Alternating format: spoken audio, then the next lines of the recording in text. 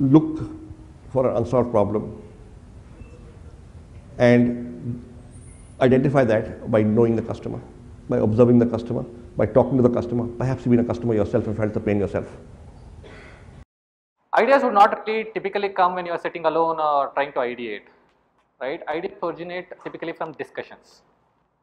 When a great team meets a lousy market, the market wins. It can be an amazing bunch of guys, but the market is extremely small, right? The market is ensure that the company is going to fail, right?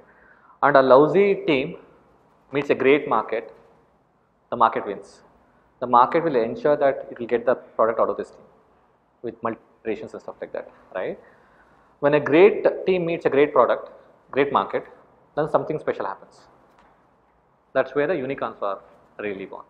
Number one is, I would say, what I call riding the wave. We have all seen that when you take on a macro trend that's working and build something in that, it's much easier to win than going against the trend. There are only two ways that businesses succeed in the very long run. One is either they are the lowest cost player in their space, or the other alternative is they build a product that people want to buy. Whereas you're either Apple or Amazon, and there's literally nothing in between. All businesses converge to one of these two models in the long run. Every time when you're building a company, you have to be the first subject matter expert. There is no option but that. I've seen the best consumer leaders in the world. They know their customer like no one else. It is because they are so related to them. So whenever you're starting a business, get your shit in order. Make sure that you know what are the 3 or 4 magic things that you have, and focus on doing just those 4 things and not many other items. Your job as the founder is to find that core team. So before you find money or how you're going to run it, find that first. Who are the core people? Be able to, as a founder, the biggest thing is storytelling and convincing that is being a good storyteller and being able to sell yourself. If you saw all the entrepreneurs, they told you amazing stories, right? Hopefully you all sat in on most of this. So they're all very good storytellers. They can capture the audience and get people excited about their idea. First people you need to do that is your co-founders and your first few employees. So I would say that is a thing that I at least personally look for when I talk to a founder, as in how good are they in inspiring confidence in getting a team together. Because once you have the right team, money is a commodity, you'll get it. Everybody is different, but I never worked for a compensation. I did not even know where I was versus my peers. And I never took my compensation seriously, ever. So I fundamentally do not believe compensation structures can motivate people to do brilliant stuff. I believe it has to come from within somewhere. There are people who will just do it.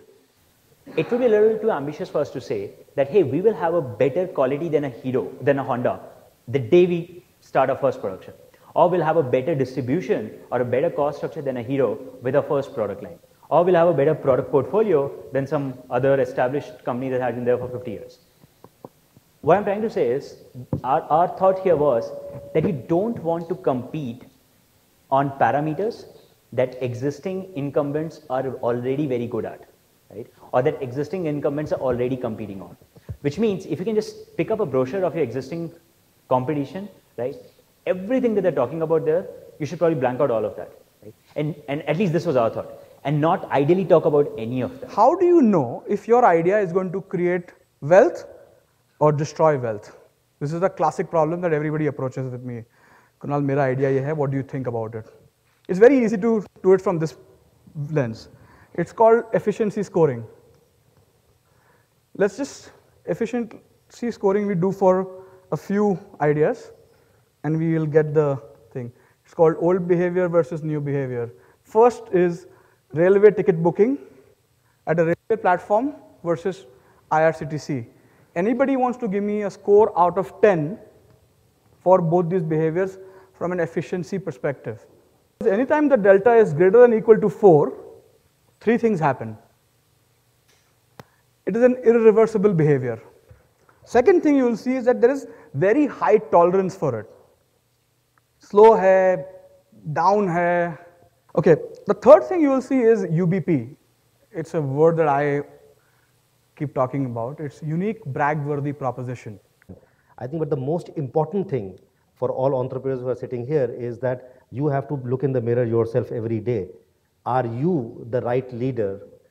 Are you the right late stage leader which this organization needs? And you have to be honest about it.